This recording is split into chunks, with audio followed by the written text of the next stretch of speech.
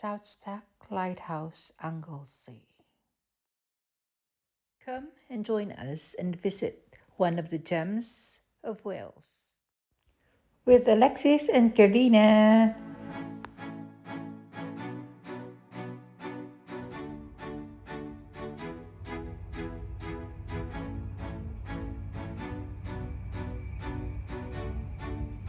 If you are leaving us here, please make sure you have all your luggage and belongings with you. Thank you for travelling. This is Llandudno, one of the most beautiful places of Wales as well. But we are not stopping here as we are heading to Holyhead.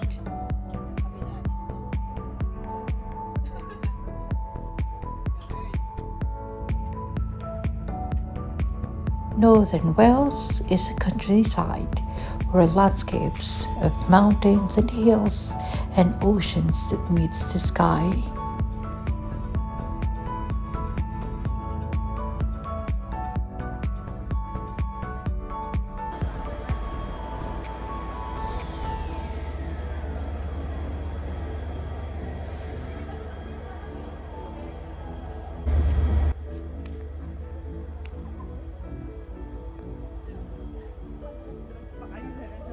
Bugbugin ko to si Alexis sa yung madres-tres po na lang.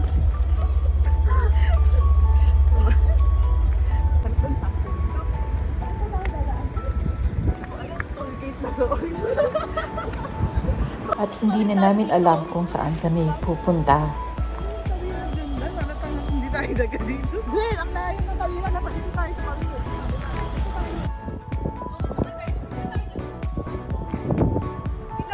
Saan tayo pupunta? Uy!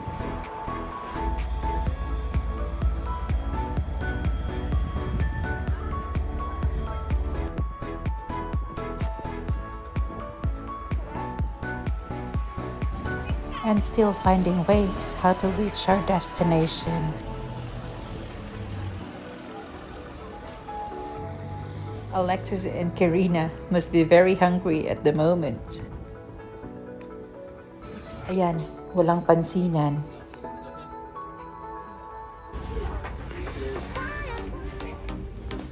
And finally, we found a taxi to bring us to our final destination.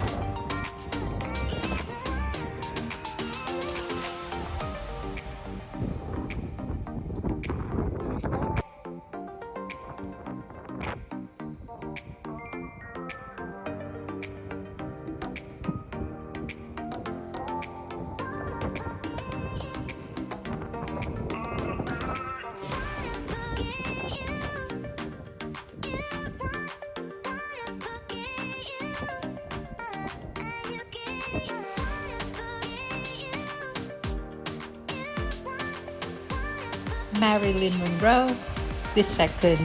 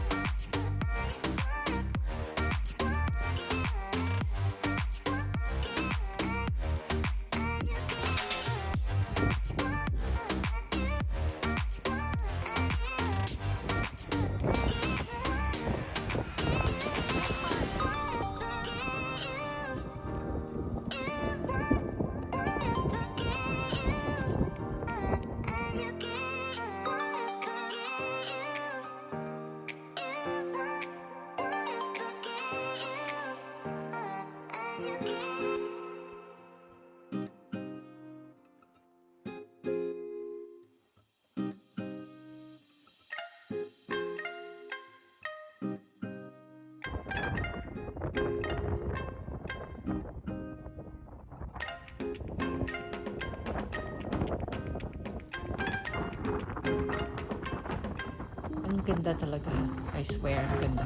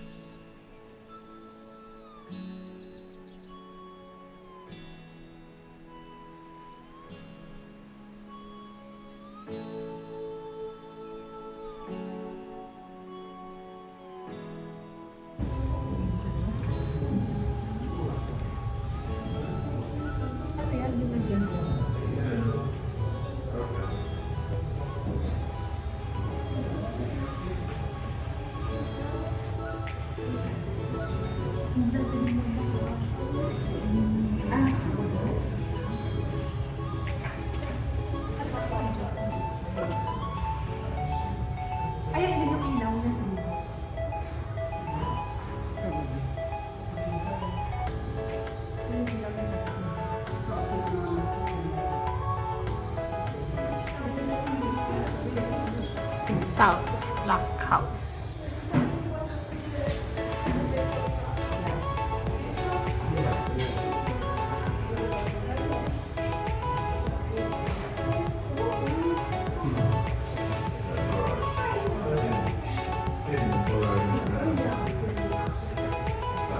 Historians, OET or IELTS takers, this is for you.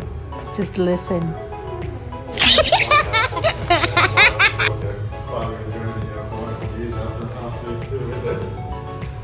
As you can see, looking out through the windows and along the coast, it's a very, very rocky coast, which means it's a very dangerous coast. Skip nyo na lang pag hindi kayo interesado sa pakikinig sa history about the Lighthouse. Close to the shore, or the rocky shore, you would quite often have shipwrecks where they get blown up onto the rocks. And so there have been attempts to have a lighthouse built here for centuries, really. Back in the 17th century, they sent a petition off to King Charles I, asking him to give permission and money to actually build a lighthouse here to warn ships that they were getting too close to this dangerous coast. But at the time, he didn't want to spend money or whatever, and that never happened. But by the beginning of the 19th century, there were a lot more ships coming past there and a lot more shipwrecks happening. So there was another campaign on to have a lighthouse built here to warn the mariners. And that was led by a local mariner named Captain Hugh Evans. And he took what we would call an evidence-based approach to his campaign today. And basically what he did is he sat down and made a map of just the bit of coast you can see from that point over there, along past the lighthouse, to the point over there where those buildings are. And then on that map, he marked all the shipwrecks that had happened just the previous 2 years. And in 2 years, just on the stretch of coast you see from here, there were 20 shipwrecks, which shows you how dangerous it was. So on the basis of that, as well as representations from other mariners and merchants and Polyhead and the like, they put in another petition to Parliament. And that time it went through, and they were given permission and funding to build a lighthouse here. So that was in 1807 that happened, and they started building the lighthouse the next year in 1808. And it only took 9 months to actually build the lighthouse. The stone that was used for building the lighthouse and for the buildings down below were all quarried right here on the island. Some bits, like those stairs you just walked up, those are limestone, which came from the other side of Anglesey at the Penn Rock quarries. And then the slates, of course, for the roofs, they came from Maine and the slate quarries up there. So most of the, all of that came from locally. The original light when it was first opened in 1809, the original light that they had here was just a fairly simple apparatus. It had a simple turntable that went around, and then you had 3 concave reflectors on that turntable. And then there are 7 oil lamps in front of each one of those reflectors. And those oil lamps then, the reflector would concentrate the beam of light, or the light from those lamps into a beam of light. And as it turned, then you would have a beam of light that would shine out to sea. And if you were on a ship out there, you would see it as a flash. And that turntable turned once every 6 minutes, and it had 3 sets of lights on it. So that was 1 flash every 2 minutes.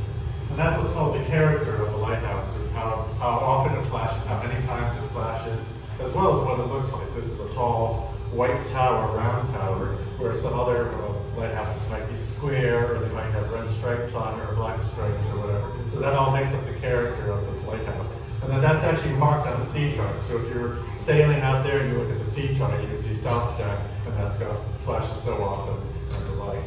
And there's another lighthouse on the island off in the distance over the Skerries, and that flashes once or twice every 20 seconds, twice every 15 seconds. And so that you can distinguish between the two by how often they flash. The lamps were actually powered by oil, and they were powered by whale oil from sperm whales, because it was a very bright burning oil, a very clean burning oil, and you wouldn't have to clean windows inside here as much. It went through various configurations of the lamps to improve the visibility, how far they get to set down those lights. And then eventually they switched over to using kerosene rather than whale oil. And then in the 1870s, they changed the way the lighthouse worked by installing this apparatus you see here now. And this is what's called a Fresnel lens. And it's basically a system of glass prisms that take a single light source in the center of it and concentrate it into a beam of light that again shines out to sea as this turns around. Now this Fresnel lens turns once every minute, and it's got 6 sides to it, so now you've got a flash every 10 seconds out to sea. So the character of the lens has changed now. So it's every one flash every 10 seconds. Eventually they switched to electricity in the 1930s. When you were waiting downstairs or when you were coming up, there was a big green diesel generator down there. And that was what was originally used to produce the electricity to power an electric bulb in here. That diesel generator still works, it could still work, it could be used to power the electric light in here. But we now have mains electricity. You can see the wires coming down the cliff there to power it. And it's also an emergency diesel generator out in the building up beside it. But the other diesel generator could work as well. So the original light bulbs that were used in this were 1,000-watt bulbs, and they were quite large bulbs. Through the years, as technology got better and better, the bulbs started shrinking down. And when you go back down, just at the bottom of the steep steps here, there's a case that shows some of the older bulbs that used to be used here. But as I say, the lights kept shrinking and shrinking, and so now what you have in here is just a single 150-watt bulb. So it's not much more than you get at B&Q. And it's better quality than you get at B&Q. It's made in tetrahydride filter for one thing. And it's which burns or shines much brighter and that lasts much longer than your average incandescent bulb would do. But that single 150-watt bulb combined with this Fresnel lens can produce a beam of light that can be seen 20 miles out to sea. So that's quite a good set of technology that produce the light here. Soon, Trinity House, who were the organization who owned this lighthouse and run it, and most of the other lighthouses around the coast of it too, they're switching over now to having all the lighthouses powered by LED lights rather than the old filament lights, because LEDs would last much longer, much cheaper to run the light. As a matter of fact, if you look out on the balcony there, you'll see I think it's a bit like a spaceship sitting on top of the post there. And that is an LED light there. Ang haba pala ng speech niya. Backup light for this. So eventually, Trinity House will probably be putting an LED light in here probably within the next couple of years. They either will put something like that there, and that LED light that's out there just flashes on and off. You don't need a thing like this lens going around to make it produce a beam or a flash. It just turns on and off the LED light, that one there.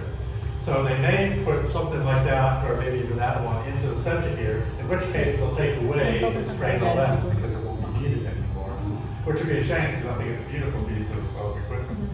Another possibility is they also have these LED lights they put into some lighthouses, which stay on all the time, and it's just a single LED light in the center. And in that case, it would work with this lens. Which way they're going to go with this lighthouse, I'm not sure, but sometime in the next couple of years, it will be changing. So hopefully if they do take this down, they'll be able to put it on display somewhere, maybe downstairs, or maybe in a museum somewhere, because it is a beautiful piece of equipment.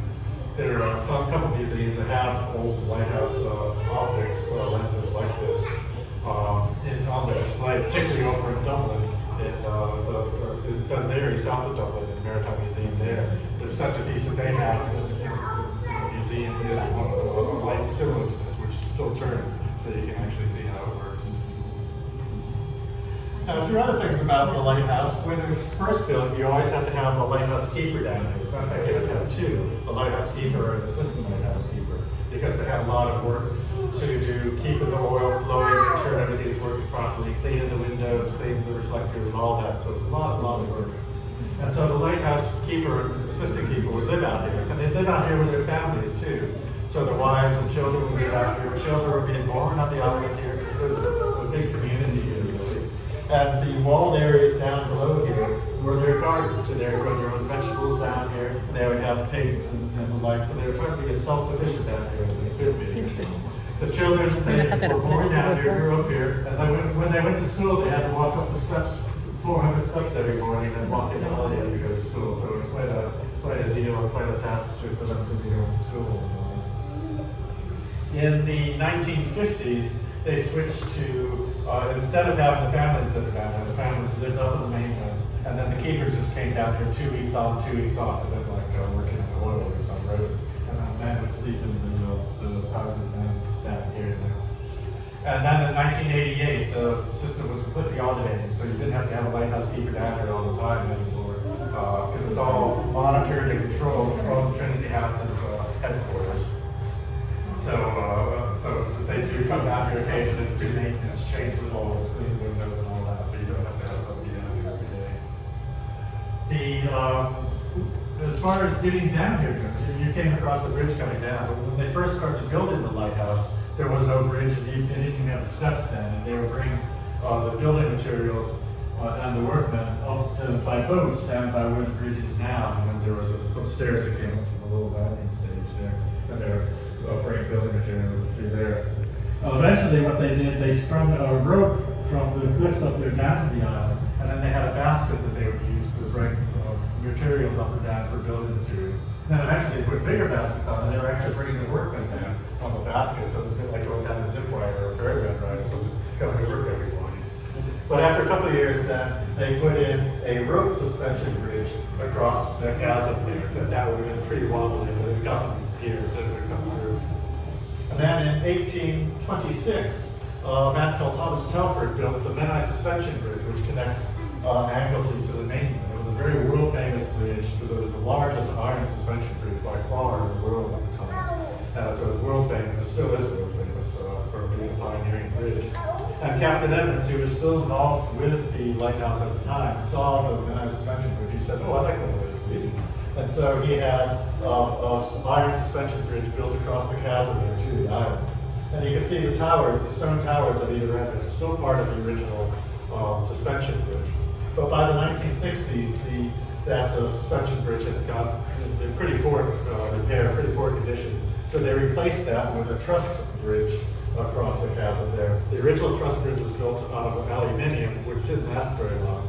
So in the 1990s, they replaced that again with the one that you walked across to get to here, the steel truss suspension bridge.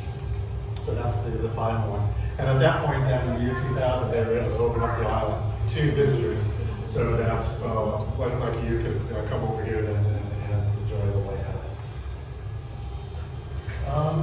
That pretty much covers it. If you have any questions, I'm here to answer them.